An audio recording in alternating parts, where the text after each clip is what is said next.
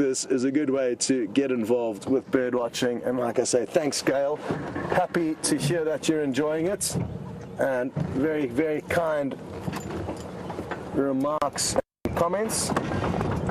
We're going to get back onto a kind of slightly different area now and see if we can get you a different view of what's going on here. And while we do that, we're going to send you across to James for an update. So, from one malachite kingfisher to, well, a wildebeest. There is no possible link between the two, not even 5 degrees of separation could possibly link them. It does have an oxpecker on its back, though. Well, the reason we're here is not necessarily for that lonely wildebeest bull, but indeed because we've come down to the waterhole here in front of Juma Camp. And in front of in the waterhole, there's my head, I'm just hiding from the camera, thank you, Andre, for that. There is a hippopotamus in this very small little waterhole, and the zebra keep trying to come down and drink, and every time he moves towards them, they run away in a bit of a panic. And they're obviously very thirsty, and as you can see, lots and lots of competition for water in this area for the animals that really need it. And this hippopotamus, as the water becomes more and more scarce throughout the place, will become that much more defensive about being in the water. I don't think he'd try and cause trouble if there was something like an elephant here. And I think, Jean-Ray, you mentioned that there were elephants down trying to drink here yesterday with him. But the zebra will be wary of a hippo. And you can see them trying now, they're thinking about coming down again. But every time he moved, there were 2 or 3 of them drinking, every time he kind of shifted towards them, they'd leap off. I think they're also probably a bit uneasy because it's breezy, and that generally makes them a little uneasy. Here we go, this is quite interesting.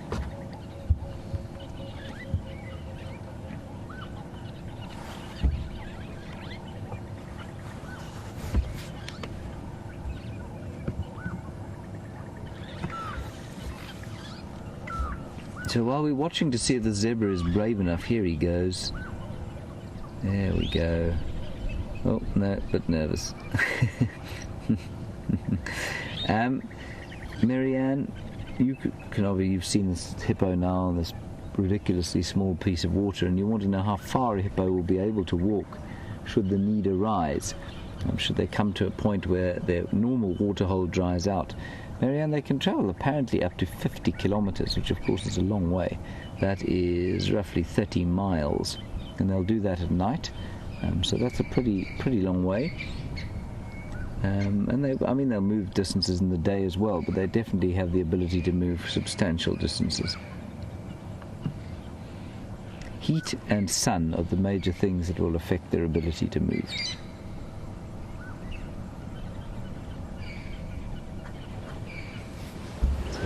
We're going to wait here just for a little while and see what those zebra do.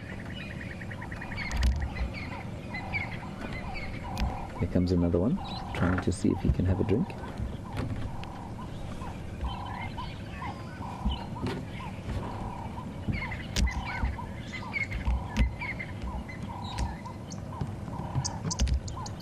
Look at that. A little bit of sun coming out now, breaking through the clouds. And as soon as the sun does hit us, it's very warm indeed.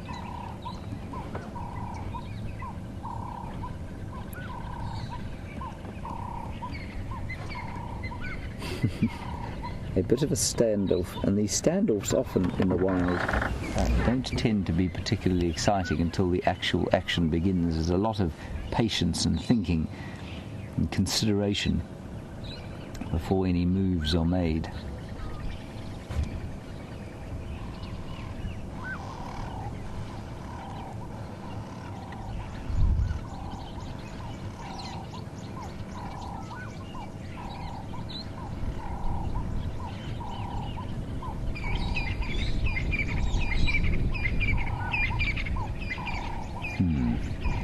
They may just give up eventually, but they do have to drink, you see. Zebra, along with impala, wildebeest, extremely water-dependent species.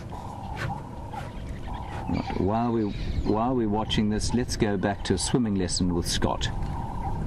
We'll keep. Well, it looks like we're about to get lucky. Oh, the gosling's going to go for a swim.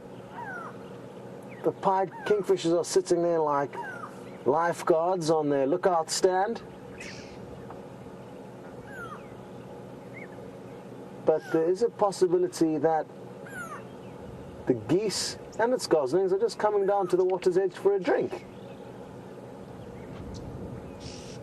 And possibly in this slightly cool, overcast weather, the adult doesn't think it's a good idea to take the kids swimming.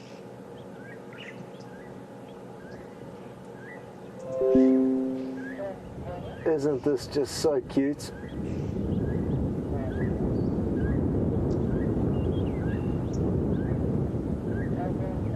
Shame there's old Hopalong at the back there. There's a little bit of swimming going on. One of the goslings is kind of testing it out.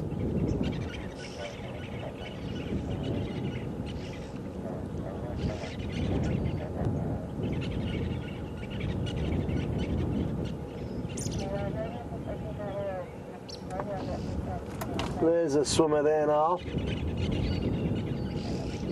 And like I said, they could only be 24 hours old. And I don't like to speculate ages of animals unless I'm confident about them. And like I say, because we do spend so much time here and we haven't seen these goslings yet, it could mean that they are that young. As soon as they hatched, they would have been brought straight to the water's edge, where they'll do the pregeometry of their feeding. And you can see that amongst these youngsters, there's already one that's kind of braver than the rest, testing out its little flippers, its webbed feet.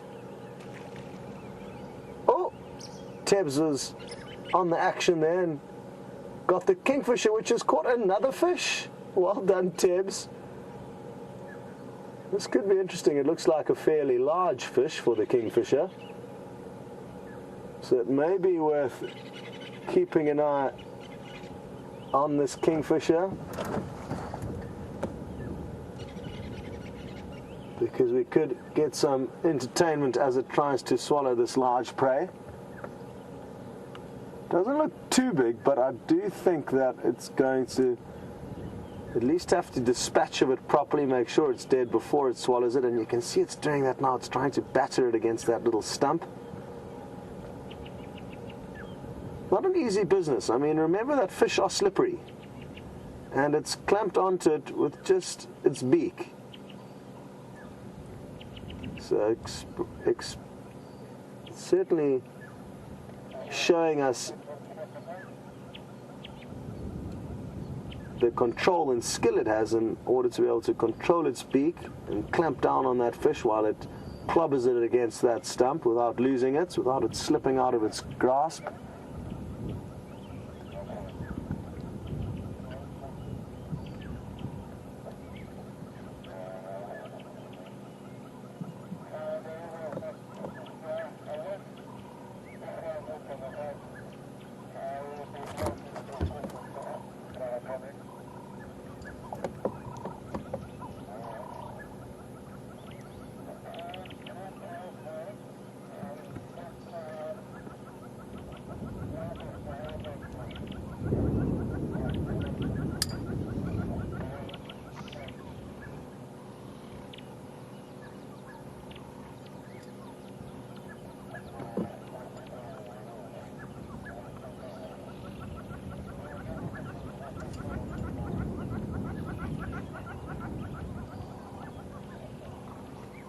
Hello, Vernie in Zimbabwe. And a very interesting fact that you've just brought to the table here. Vernie's heard that pied kingfishers are the largest birds that can hover. But I'm not too sure if that's true, Vernie. Like you say, there's also the giant kingfisher, which we do see occasionally in this area. They do occur here, but find they're more typically along the major rivers in the Sabi Sands. And they certainly can hover, as well as a lot of birds of prey. A lot of harriers and hawks, the black-shouldered kites, are very good at hovering. Oh, this woolly-necked stork's coming with purpose.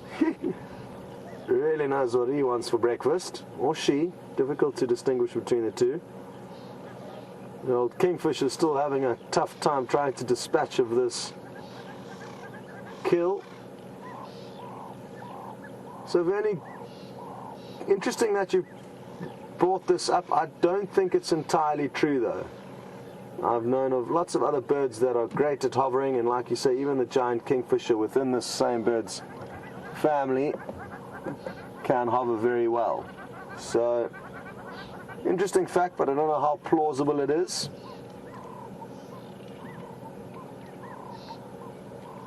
Here's the female saddle-billed stork. Now that we're a bit closer, you'll see that she's got a yellow eye. The male has got a black eye and also a bright yellow wattle below its beak. Gives you a good indication of the size difference we're dealing with here with these two birds. Both incredibly good hunters. One using the technique of wallowing through the water or wading through the water in search of their prey. Oh, what's going on there? What are you chasing after, saddle-billed stork?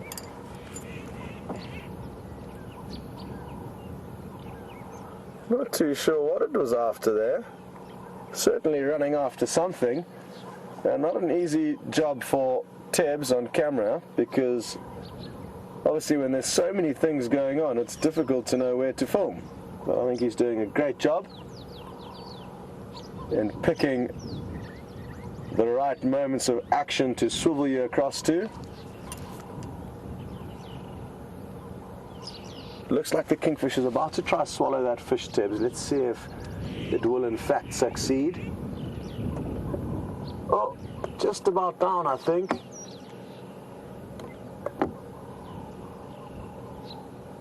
And you can see its beak's kind of stuck open. Oh, it just regurgitated it. Couldn't get it down that time.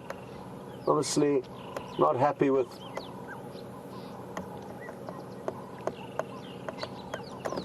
the fact that the fish could still be alive, I'm guessing, and that's why it's going in for a few more wallops to try and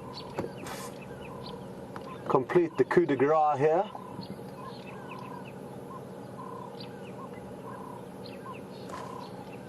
Ellen has just asked whether it's possible that the kingfisher would...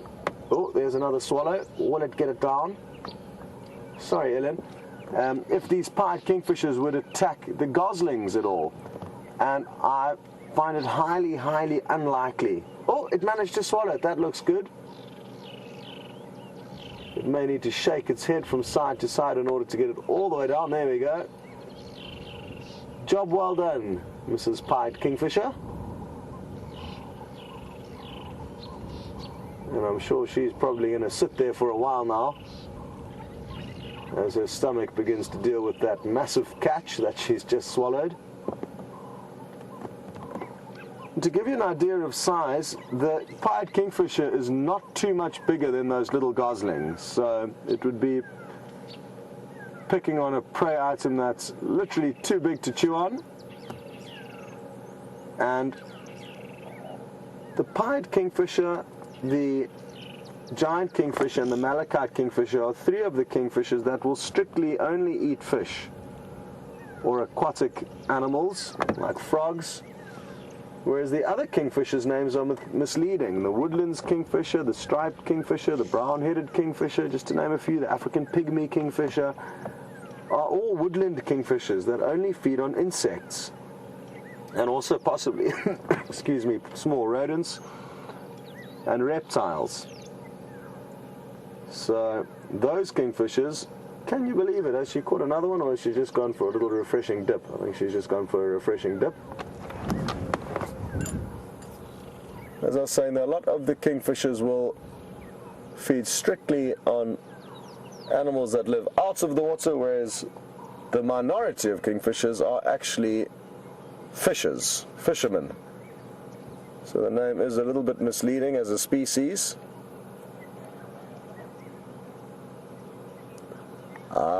Now Remay, you have brought up a very good point in terms of who could feed on the goslings. There are some terrapins that live in this waterhole. They usually don't show themselves very clearly, but if I'm using my binoculars to try and find you one. No, not clearly evident, but basically it's a freshwater turtle. And Ramey, you spot on. Terrapin would happily predate and feed on a little gosling. So that will be a concern for the Egyptian geese parents.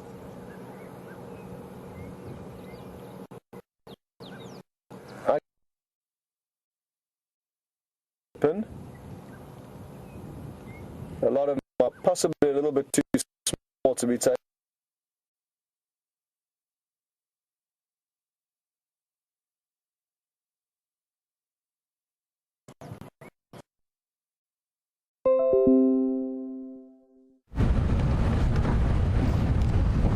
We are just driving along here. I think Scott obviously has a problem with his signal issues and wind. It's not Scott, it's Wendy, of course, the recalcitrant old girl that she is. We've come into the area where Karula's tracks were spotted this morning. What do you see, Jean-Andre? Jean-Andre thought he smelt something there. He thought he may have smelt some cat dung. So we've come into the area, like I was saying, where Karula was seen yesterday evening, and we will try and find her. She is, to be honest, a phantom leopard, and when she doesn't want to be seen, she simply isn't seen. Yesterday evening, I was out tracking with Jean-Andre, and we probably walked within, I'd say within 5 or 10 meters of her, and we didn't see her. Now, while that may well have to do with my lack of bush skill, I think it's got a lot more to do with the fact that Karula is extremely good at hiding herself when she doesn't wish to be viewed. Anyway, Jamie is around here as well. She's also looking for Karula. We had fresh tracks this morning coming into this area, so maybe we will be lucky. What worries me, though, is that she is now again further to the east of her territorial boundary with Shadow. Well, she's right on that boundary. We haven't seen Shadow for a while, and I wonder if she has perhaps remains in estrus because she hasn't conceived with Tingana, and maybe she is seeking him out yet again. And for those of you who haven't been watching, Karula, an 11-year-old female leopard, certainly has been mating a lot of late with Tingana, 3 times in the last sort of 6 weeks, or maybe a month. And that's a huge number of times to have been mated by one male and not conceived. So I don't know why, maybe why she's perhaps still this far east in her territory. I think it would be a much better bet if she sought out Mvula to try to produce another repeat performance of Quarantine and Kunuma, those 2 magnificent little male leopards who are now making their way as independents, north and south of us as far as we understand. Just to keep you posted on the dogs did manage to kill on Torchwood. They killed, I think, a duiker. That would not have gone very far at all amongst all of them, but they did manage to have themselves a meal today.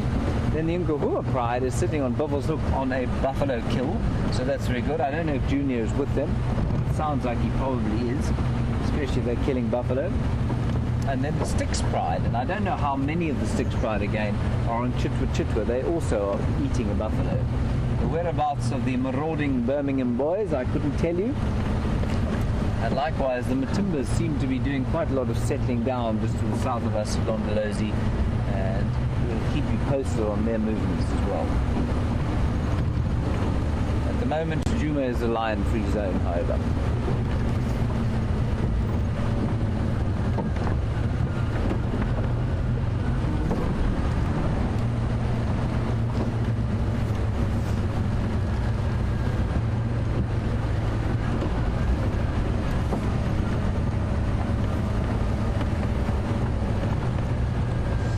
And then we do know, as you all know, we've lost, or the Solala Pride has lost one of their males, and that was shortly after a meeting with the Birmingham boys. And Vincent, Texas, you want to know what I think has happened to him.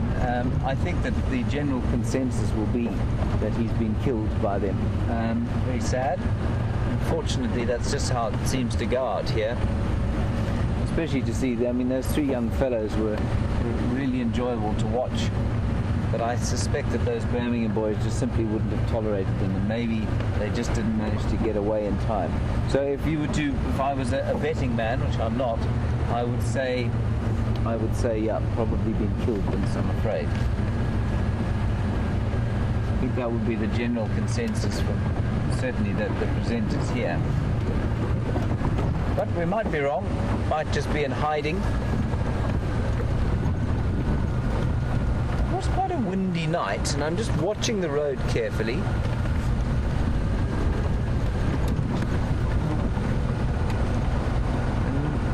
Interesting question here interesting question that dovetails with what I was looking at. I was looking at what looked like to be a young hyena track on the road. And virtual tourists, you want to know if we get aardwolf here. Now, for those of you who don't know, an aardwolf is a part of the hyena family. A very small hyena, like one of those sort of sub-adults we sometimes see. And virtual tourists, you want to know if we get them in the Sabi Sands. I don't think so. There may have been one or two records. I've certainly never seen one here. They're more a desert species, and I think in the presence of spotted hyenas, they probably don't occur a huge amount. And so, no, not really aardwolf here. All right, Scott's found another magnificent bird. Let's head across to him, and I'll be following on here. So we've repositioned in search of better signal, which I'm fairly certain we have now, at least for the time being. Isn't it bizarre how when we didn't even move, we lost signal? It gives you an idea of what our tech wizards are up against here. This is the male kingfisher that we're looking at. You sadly can't see his breast, otherwise I'd be able to point out that bow tie and cummerband that distinguishes him from the female.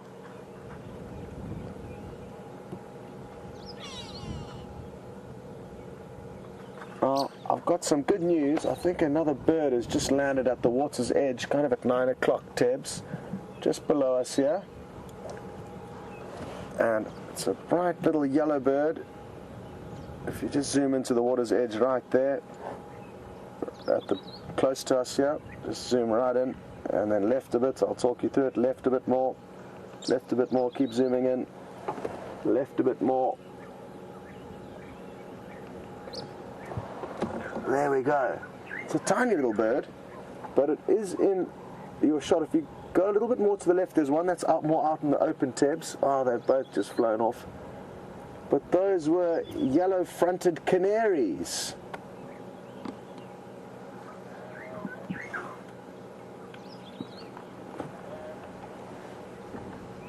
So another bird to add to the Buffelshoek list for this morning, the yellow-fronted canary. And James has found some mammals that he would like to show you. Enjoy. Dit is een noodoproep van het Rode Kruis. From the beautiful, subtle to the perhaps not so beautiful and definitely unsubtle warthogs. Look at these lovely things. That is a young boar in front. I think that's probably a sibling from a litter before. And bringing up the rear is the sow in this interesting little sounder. I think she's probably the mother of both of them, if I was to guess. While the boar is getting there, he's a sub-adult. He's not quite at full size. There's the sow. It's quite nice to see them like this, you know. They so often don't sort of allow us to watch them for very long. These guys are walking very comfortably just around the side of us. There we go. You can maybe even hear them going tick, tick, tick, tick, tick, tick, tick, through the bush.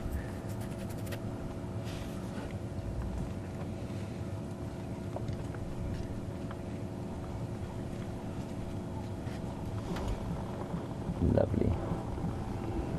They'll be off. They stopped right here to eat a little bit. They won't be very comfortable with us. We'll try and go back a little bit. I suspect as soon as I start the engine, though, they're going to run away. They'll have a go. Yeah, look at that. They didn't run away.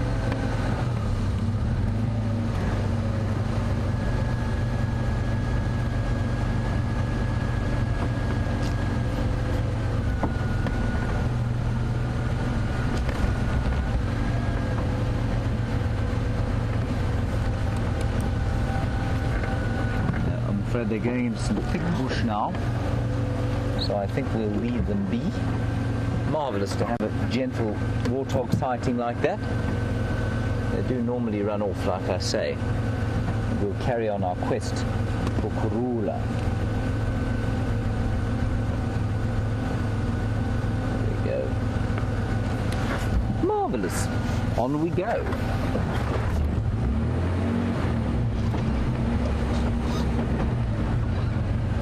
So we're on the far western boundary now, or just about. The boundary's just over there of Djuma, and Arathusa is to the west of us.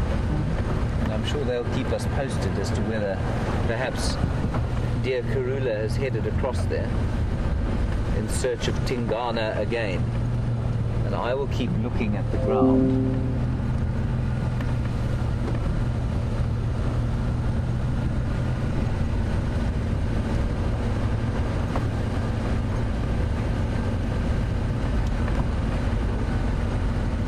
Now, we've spoken quite a lot recently about Tingana and his perhaps lack of fertility.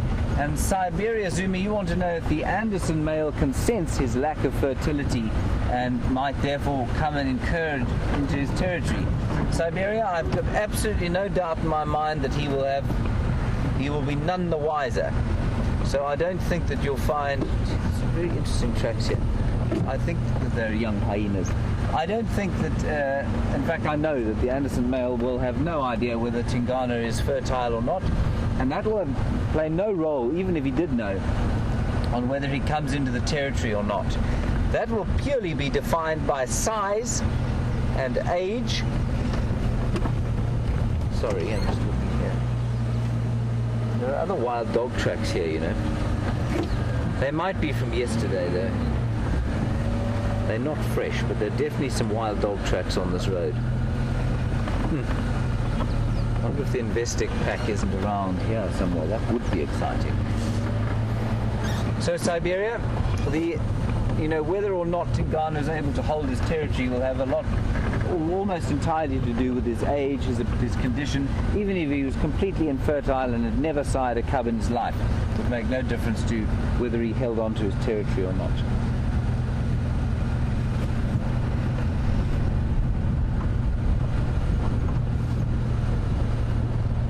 As I said to you when we were last with you, we just had confirmation that the wild dogs have killed a duiker on Torchwood and finished it already. And I don't think it would have been much of a meal to them at all. I think it would have been a very meager taking for breakfast for all those dogs. A duiker is only about 17 kilograms. And if you're a wild dog eating it, there'll be one or two bits and pieces that you can't eat, so probably about, say, 12 kilos of meat mixed amongst 20 dogs is really not very big at all. So no leopard tracks at this stage, but that's okay. We don't want to spoil ourselves too much.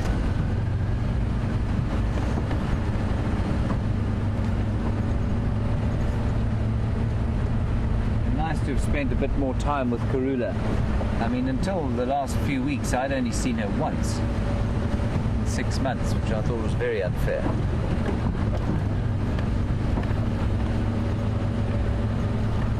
Some kudus. Very close by kudus.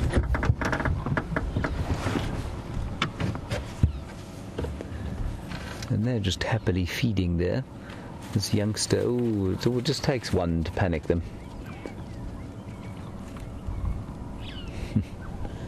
I had a question a little while back about whether the antelope here have got white on the bottom of their tails, like say some of the deer in the United States do. That helps them to, keep in contact, visual contact when they're running through the bush. And you've just seen there that those kudu absolutely do have those white tails, and as soon as they run, they flick them up. And that helps them to follow each other.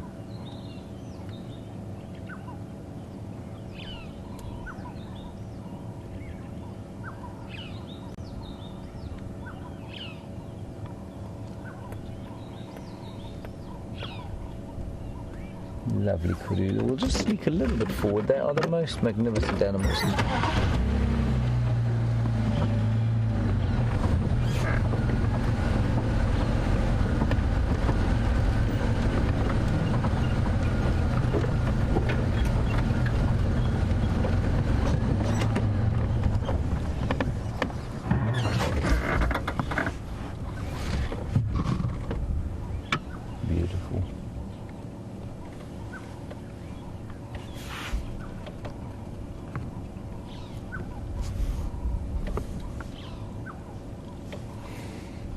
Now, they're eating something different. They were eating a bit of variable bush willow. Now they're eating white berry bush, but there are no berries on that white berry bush just yet. Now that squawking noise you can hear is some magpie shrikes who are alarm calling. Oh, there's what the way they were alarm calling at. There's a raptor flying there. A bird of prey. From this distance, I'm afraid I won't be able to tell what it is. It looked like one of the hawks. Perhaps a dark chanting goshawk, maybe. And they would have made a big noise and then got a fright. But as soon as they started to alarm call, those kudu looked up immediately to see what was going on, in case they'd seen something more of a threat to the kudu. A goshawk is obviously unlikely to run off with a kudu in his talons.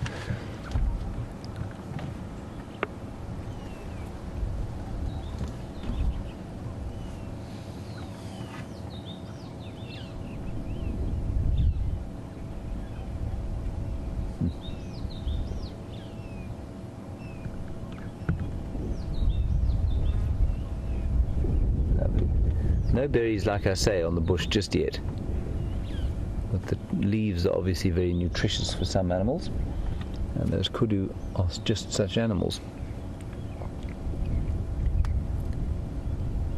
I'm going to look at the one on the termite mound there, Jean, and see what he's eating.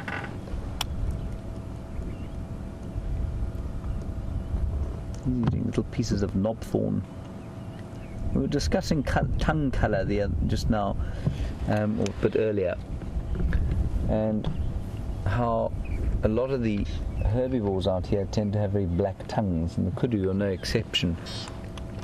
And I think it's got something to do with the nasty thorns that they have to eat, or certainly that they have to negotiate in order to get sufficient leaves.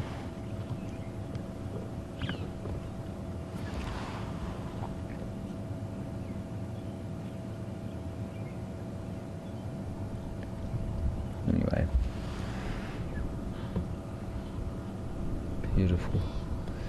beautiful morning. So nice to have a break in that nuclear heat that we've had. Continue to be astonished at the Meteorological Society's inability to vaguely predict the weather here.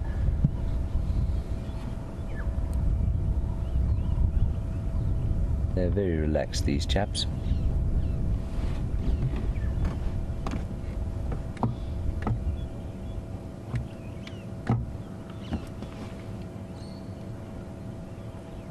Beautiful.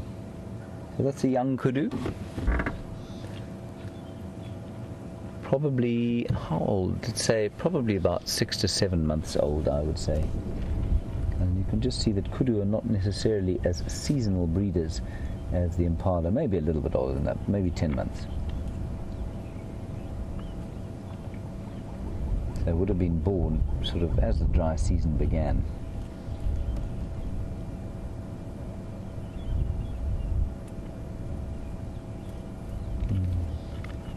Constantly listening all the time. Very skittish are the kudu. Anyway, I can't hear any further alarm calls here, so I think we'll push on up this road and see if we cannot pick up a few further tracks of Kurula, the piece of the rock.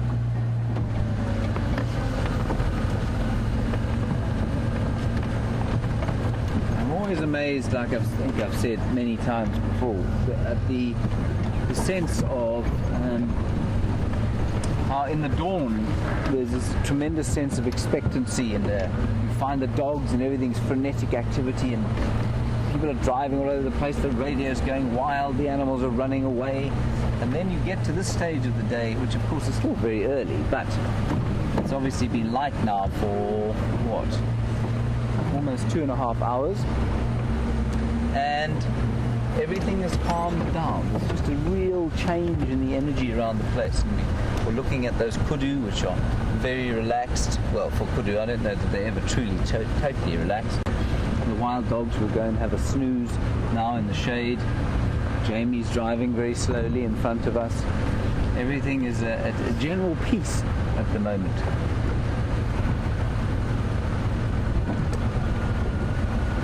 Hello, Jamie.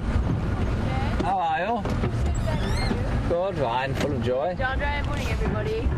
Have you found the leopard yet? No, I found a leopard tortoise though. Oh, Yeah, it was thank very you. sweet. Well done. I think she's probably watched me walk past her about. Right. Is this your shoe?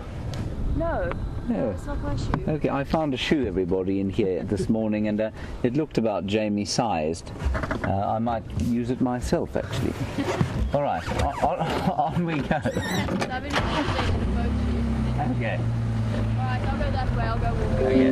Bye. Quickly go across to Scott. He's got a baby elephant. Bye-bye.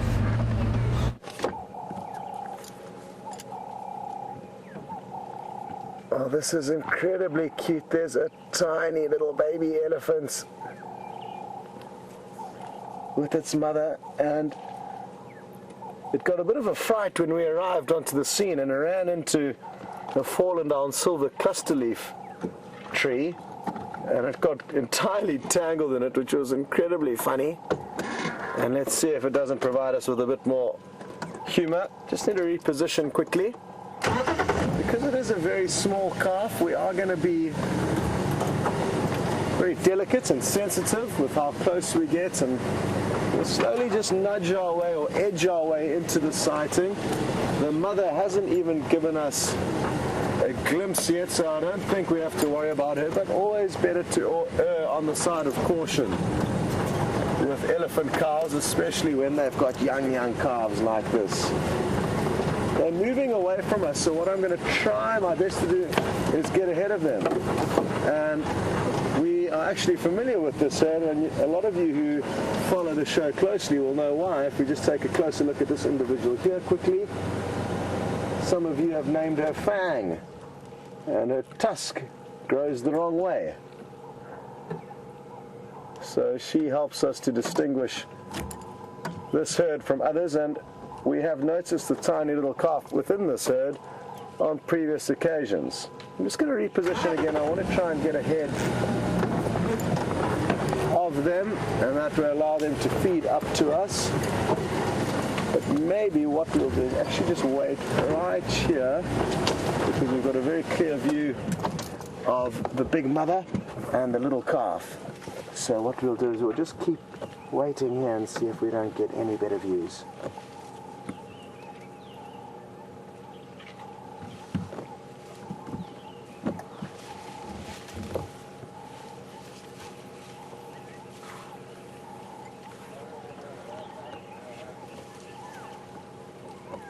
Now this is a very calm and peaceful sighting, especially in comparison to the elephant sightings we had yesterday. Whilst on the live safari we had the great entertainment of the wild dog giving a few different elephants a run around and a bit of a hard time. The elephants got very worked up with the wild dogs and chased them off. But Marco in New Jersey didn't only cash in on the action on the live drives, but also on the Djuma waterhole camera. And 6 adults returned or made their way to the Djuma waterhole in order to try and have a drink. And the elephants were chasing the dogs backwards and forwards, preventing them from doing so. And Marco would just like to know a little bit more about that behavior that he witnessed. I didn't get to see that behavior, Marco, but I did hear about it and could imagine exactly what went down.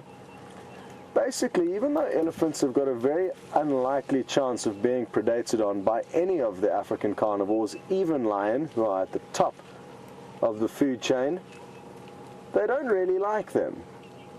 So, because lions will kind of tease, as well as wild dogs will tease elephants and kind of harass them, running around very quickly, sneaking up on them, giving them a fright. Elephants dislike them and chase them. I guess elephants are also very clever animals and know that lions and wild dogs kill other animals. They'll stumble upon kills, they will smell the death, they'll smell the blood and even see the death. And they're not huge fans of killing elephants. They are vegetarians, as you can clearly see, and therefore basically just have a dislike for any predators and will go out of their way, surprisingly enough, to chase them. I've been in sightings where elephant can smell predators before they can even see them, and by using their sense of smell they'll get even closer to the predators until they do lock eyes on them, and then they'll chase them off. So there's just a bit of kind of natural competition out here in Africa, and kind of a rivalry, you could say, between the herbivores and the carnivores. I'm just going to reposition again and try and get us some slightly better views.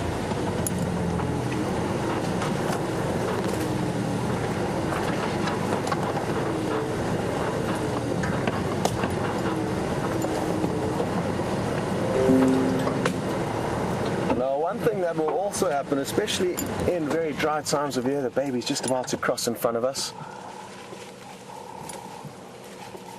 Is that during a drought, isn't this so cute?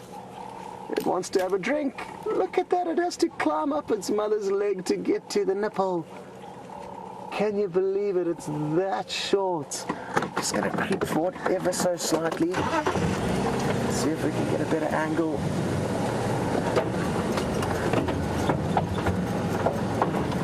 There we go. That should work well. As we wait for this calf to attempt to take another drink, I can continue mentioning what I was saying just before, and that is that elephants will also be bullies at waterholes, especially in times of drought when they will be the biggest and the strongest at a very small point where all the animals will have to queue to drink. And Laura mentioned that she actually got to see elephants spraying the queuing impala with water, almost teasing them, and not unlike elephant behavior. And glad you got to see that, Laura. It's a great way to be out in Africa whilst we aren't on drive, so it's definitely worth tuning into the live waterhole camera at either Djuma or Arathusa, and there are many others that you can also tune into, so that is worth investigating if you haven't already done that.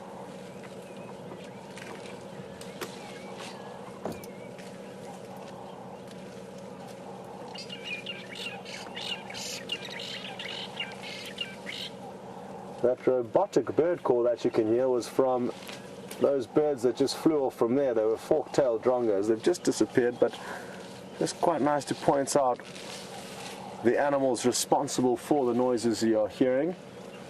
There's also a few Cape turtle doves calling around us, but I can't see them, so I can't show them to you. They're one of the most vocal of all the birds in this area and are almost always calling.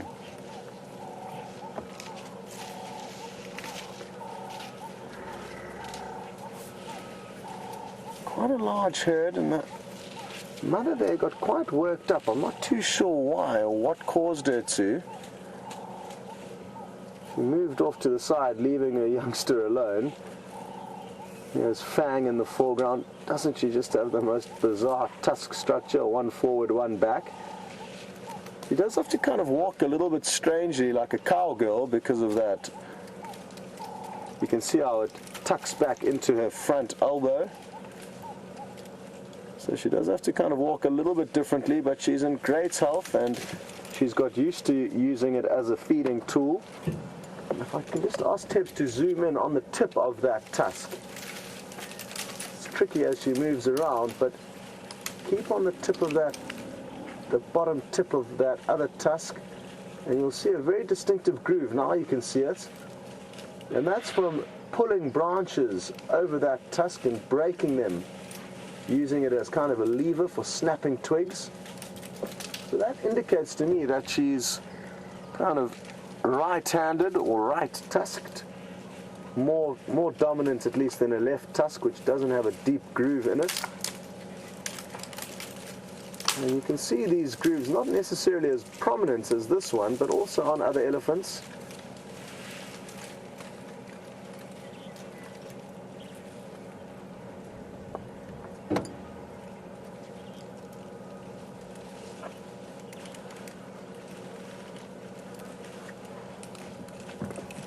Just going to reposition again quickly.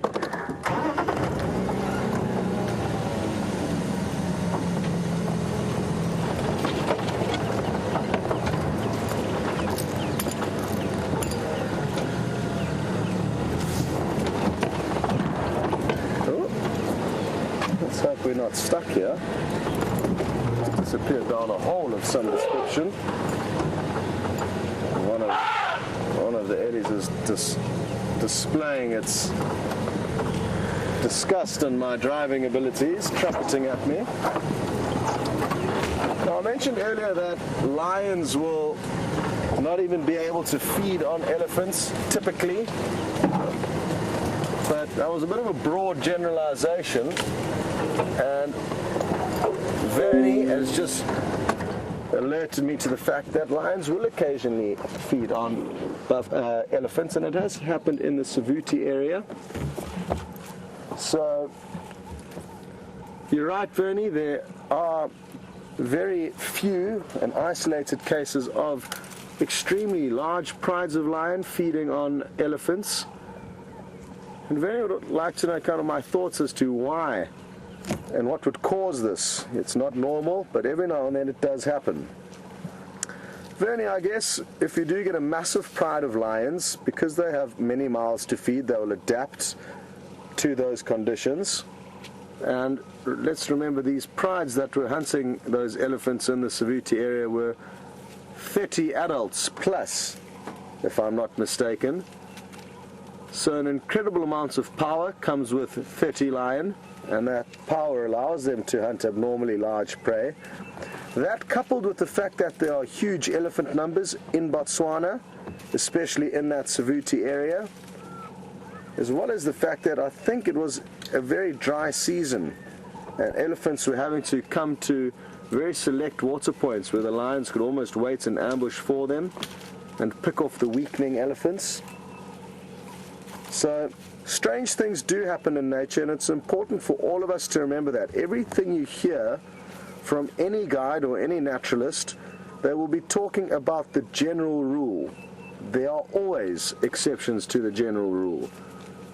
And you'll probably find that on a very strange scenario, one dark night in Africa, even a leopard, maybe even a female leopard, has caught a baby elephant and sniped it from its parents without its parents even knowing what happened.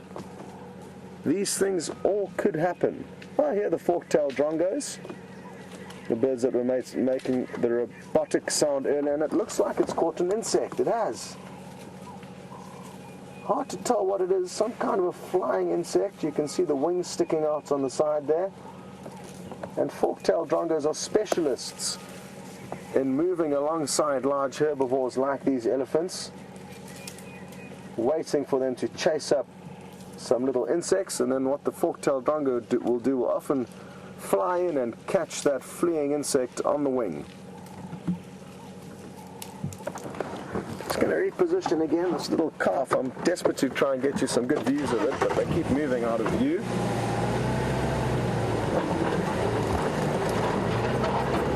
But thanks, Vernie. Thanks for pointing that out. It's important.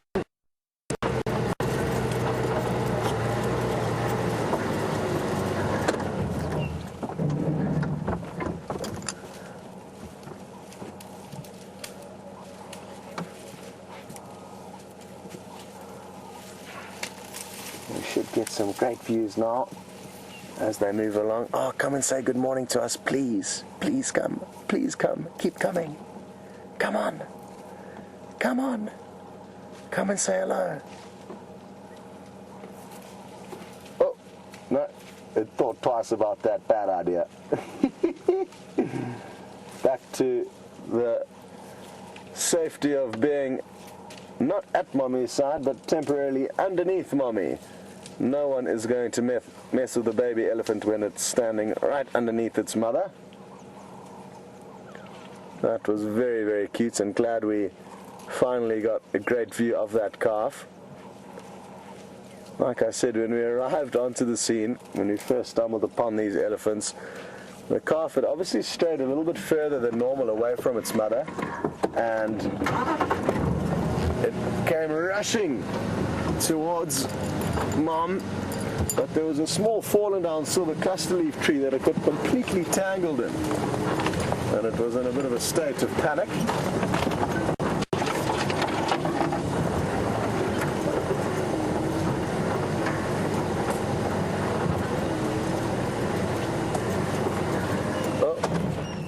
So now Mum's just turned around and hasn't shaken her head, hasn't done anything serious, but she's just changed her body facing towards us, which was an indication to me that it was time to stop the vehicle. Had she had carried on feeding without doing anything, I probably would have been able to creep forward a few meters, but I just listened to that very subtle body language from her to prevent her getting worked up, because we really would not want to do that. She is a massive, massive animal,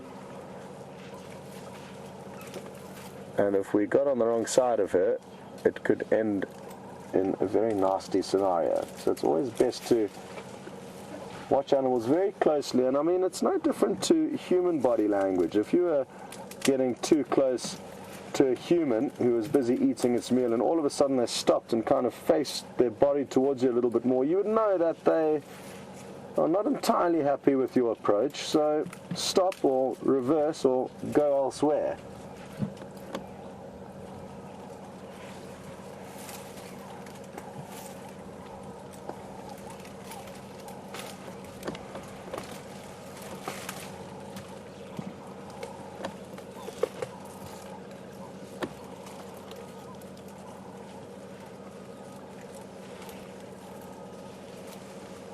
Great question through from Mo in Chicago, and she's wondering, do elephants' tusks ever break? And she mentioned while digging. Yes, certainly. They will use their tusks to dig into sandy banks where they'll feed on the soil to get salty minerals. So that'll be an example of when they use their tusks to dig. But they also use their tusks to pry bark off trees, which puts a lot of pressure on them, as well as snapping branches over their tusks to feed on. So any one of those three acts could lead to a tusk breaking. Also, fighting between bulls will be a likely cause of a tusk to break. And they do break. You do see elephants with missing tusks. Some are born genetically without any tusks, but a lot of them do simply snap off. Especially with the monstrous tuskers. There's not many of them roaming around Africa. Sadly, the ivory trade many years ago meant that a lot of the good genes for huge tuskers were shot out. But you still do get massive elephants whose tusks literally touch the ground. And will be an average human being's leg at the base.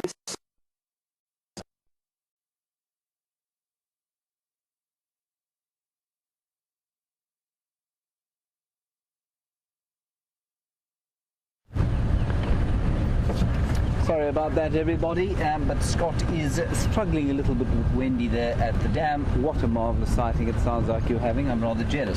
While we drive Bumble around, hoping for the phantom leopard of Karula, you've been watching some magnificent suckling action with a tiny little baby elephant.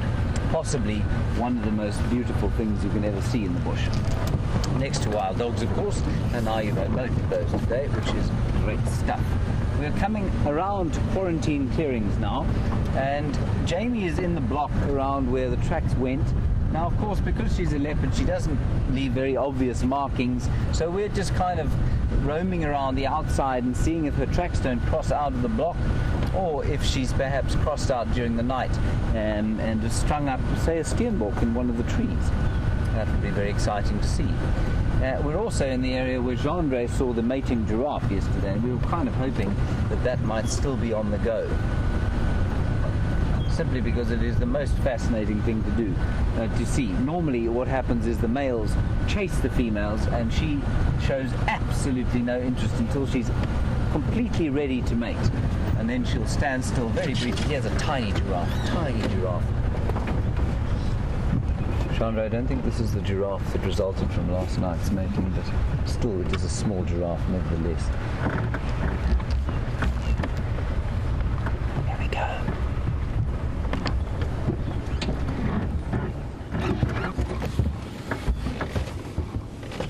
Oh, this is that one we've been watching here for the last 4 weeks or so. Probably now almost 3 months old.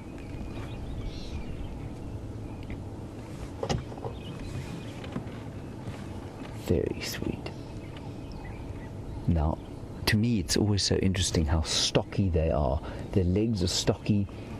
They've got very powerful muscles in their shoulders already, and the neck is proportionately shorter than it would be on the adult.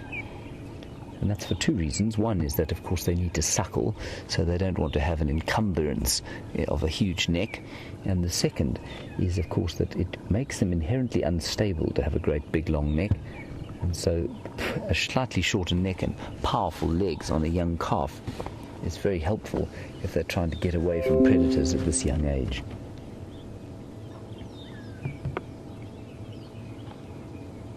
Isn't that sweet? As soon as we can restore signal with Scott and his baby elephant, we'll take you back there. But at the moment, what a wonderful thing to see, this little baby. And I don't think he will be on his own. I think there will definitely be a cow or two around here. I'm just keeping an eye. And as I said earlier, they sometimes look like they're not paying great attention to each other. But what you will find is that I think that they communicate with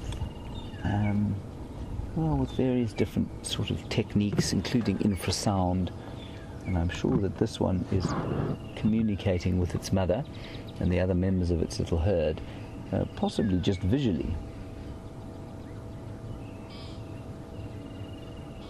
It's not unheard of for giraffe mothers to go off and leave their babies for hours at a time as they go and feed.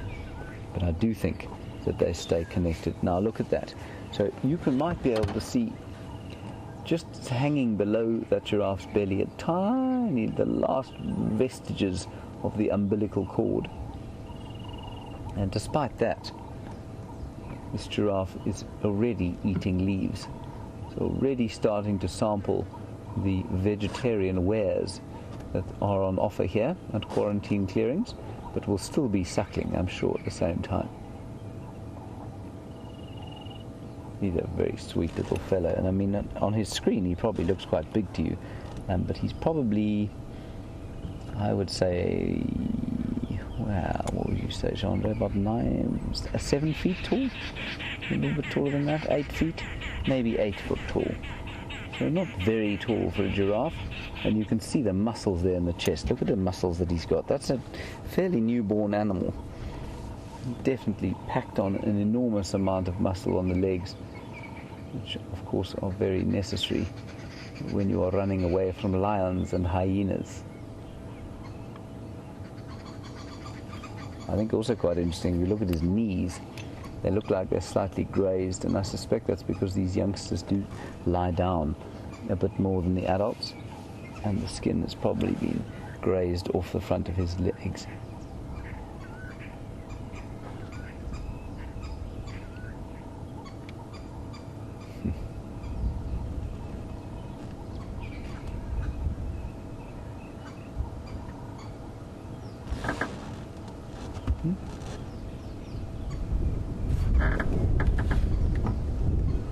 So, Derek, you'd like to know, is this a male or a female?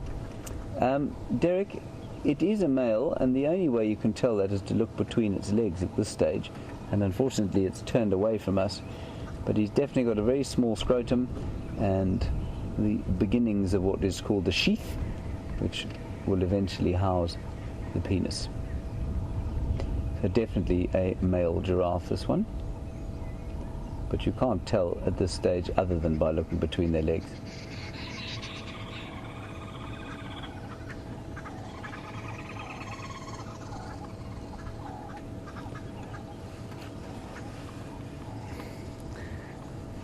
Now, we were discussing earlier the size of the heart and why it is that they have such a big heart. And Alina in California, you want to know how big it is. I've actually forgotten, but the figure of 7 kilograms pops into my mind. So I think that it's substantial. And an adult giraffe, I'd say probably about 7 kilos, which is about 3 pounds, no, double that, say 16 pounds worth of heart. I think very large in the adults. Alina, I think that's probably the mass. I may be quite wrong though. That particular figure escapes my mind. So, yeah, I think got that recollection in my mind, but it might be wrong. We'll check up here. Right, let's drive on slightly. See what else we can find around here. We'll just see where the rest of the herd is. Oh, there they are. There's the mother there. There's a huge pile of sticks here, so I can't drive off the road. I'll just turn around through here off the road. Go and look at the rest. I think it's just the mum.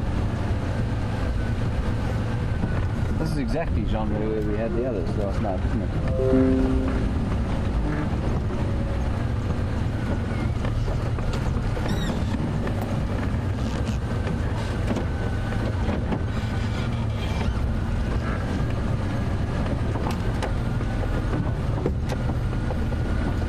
To sneak in a Land Rover, of course, is not easy. We'll just ease our way through here.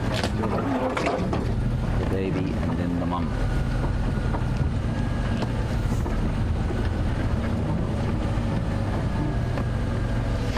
Maybe we won't. We'll go this way. Patience game, this wildlife thing.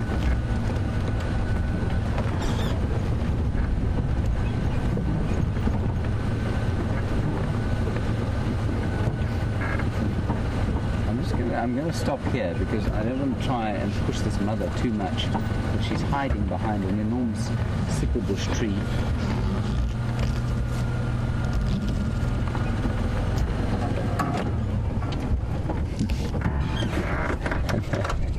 They're now both hiding behind basically the only bush that there is between us and them.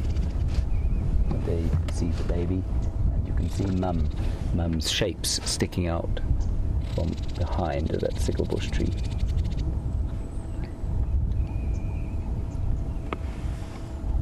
So sweet.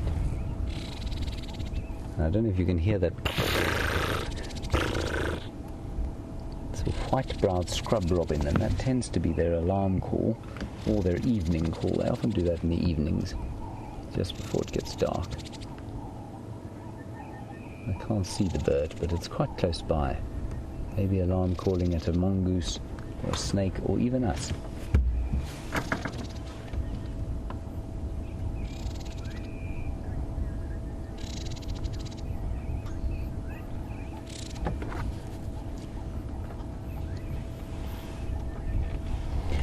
And of course, many people come out here to Africa and they're told they should look for the big five. And the big five, of course, the buffalo, elephant, lion, leopard, and rhino. And when people used to say to me, we want to see the big five, I'd say, but don't you want to see giraffe and wild dog and cheetah? And they'd say, oh, are they not part of the big five? And Gretchen, you say that you haven't seen giraffe for a long time and you've needed a nice fix of them. I think giraffe, like you, are one of the most magnificent animals you could possibly watch out here. I mean, compared, all of the animals here are magnificent, no doubt. But this, I mean, in terms of a majestic creature, surely a giraffe must rank right up there with the best of them. So, Gretchen, I agree with you completely. Lovely to get a nice giraffe fix. And they're nomadic, you know.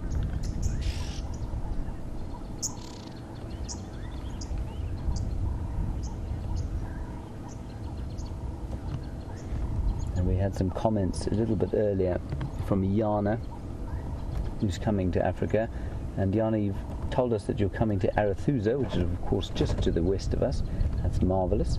I think you'll see some great stuff. You'll meet some lovely people too. And you don't know where else you're going to stay while you're out here. It's most adventurous of you, Yana. I'm sure you will find any number of great places to stay while you're out here in what was recently voted, of course, the world's most beautiful country. Possibly by South Africans, but I still agree with that thoroughly.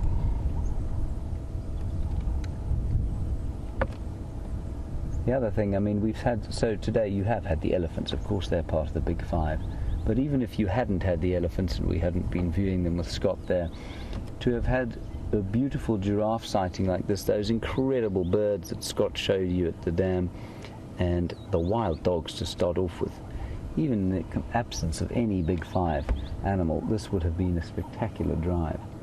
So I do hope fervently one day that the term Big Five disappears from the human lexicon entirely, because it does really undersell all the other magnificent animals that we have out here.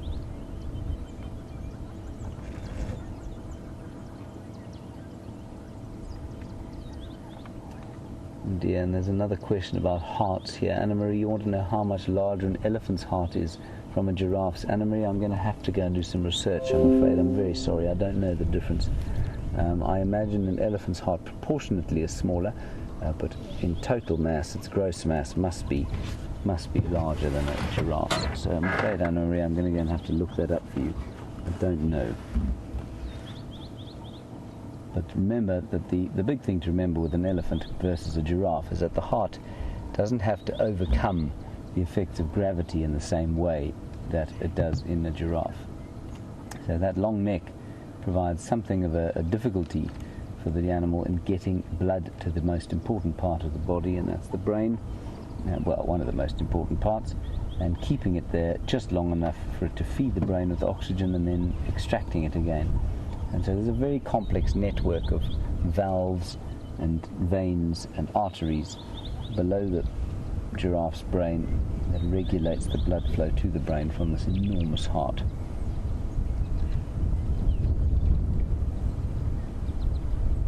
Which is somewhere in there.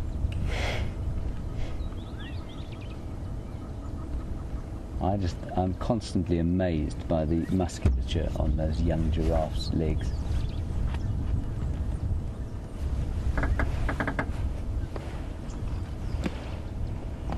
Oh, this is very exciting. I'm going to go quickly across to Scott. He's got another tiny baby for you, this time a lot more colourful.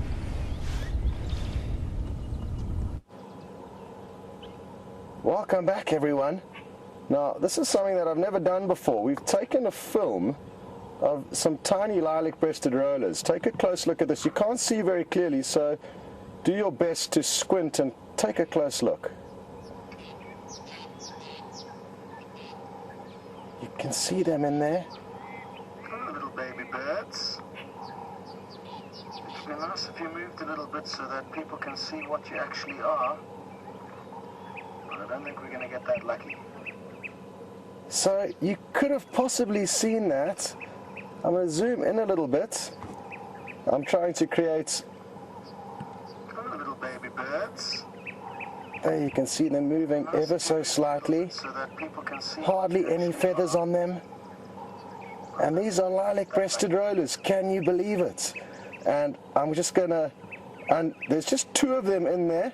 And what I'm going to do now is just... As Teb zooms out, you can see our little anti-glare enclosure we just made. And the nest is right in front of us.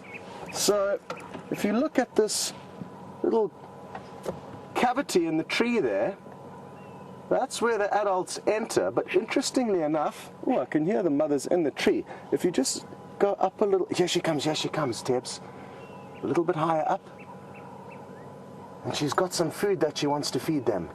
She's making her way down. Can you believe it? This is absolutely awesome. So now at least you know who she's going to feed. Some tiny, basically unfeathered chicks. Possibly only a couple of days old. I only discovered this nest 2 days ago.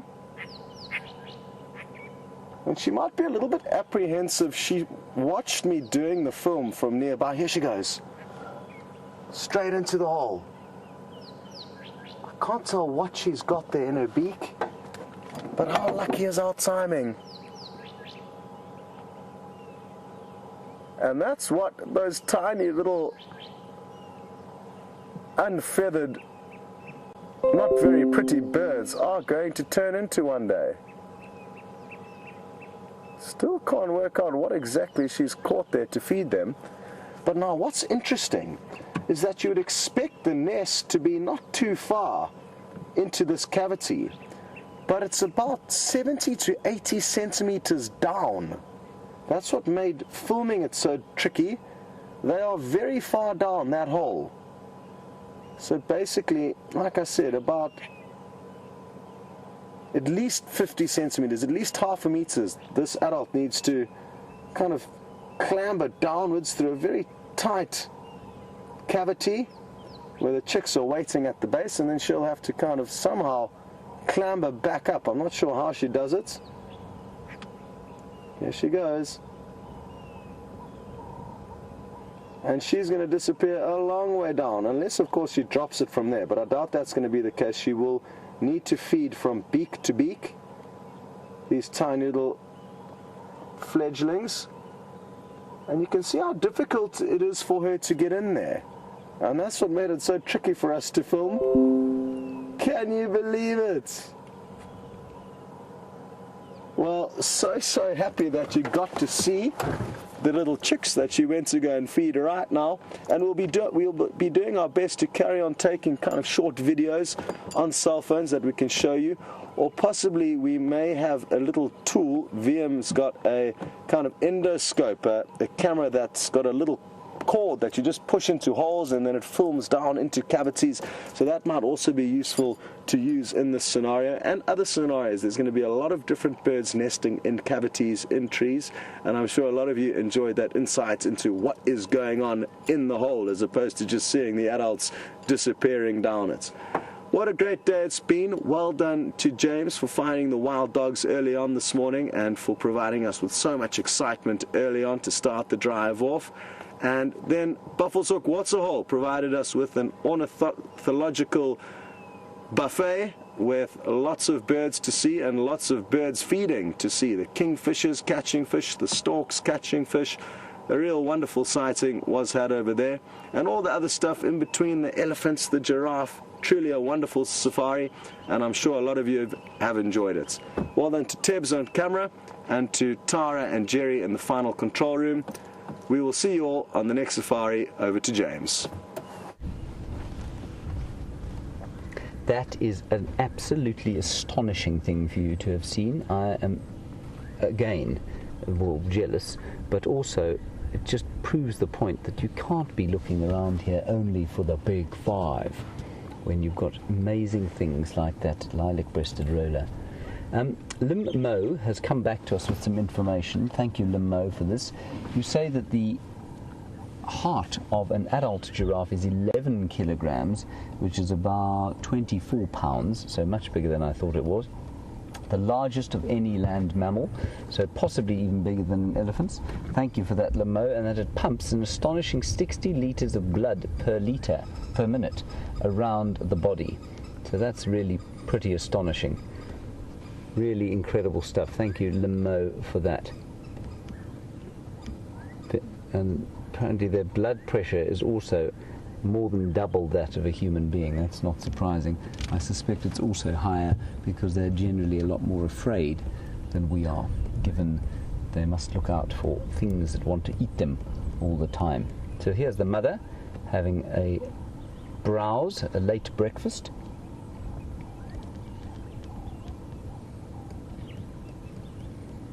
Like I say, the energy of things is really reduced now. Well, not reduced, it's just changed. And it's just a wonderful kind of calm.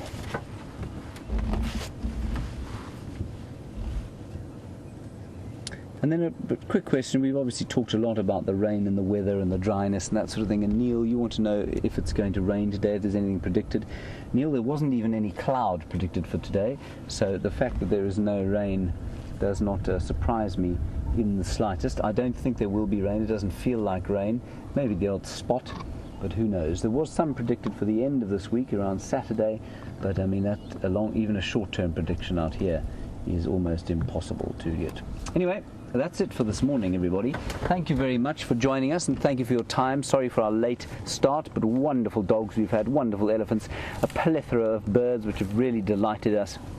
And to finish off, these beautiful giraffe which are sitting here in what is a Well, it's a nice breezy morning. Thank you for your questions and contributions again. Thank you, Jean-Dre on camera, Tara, of course, and Nikki in the final control. Oh, sorry, Jerry and Scott on the other vehicle with Viam. Jamie's still tracking Karula. We'll see you later this afternoon. Bye-bye.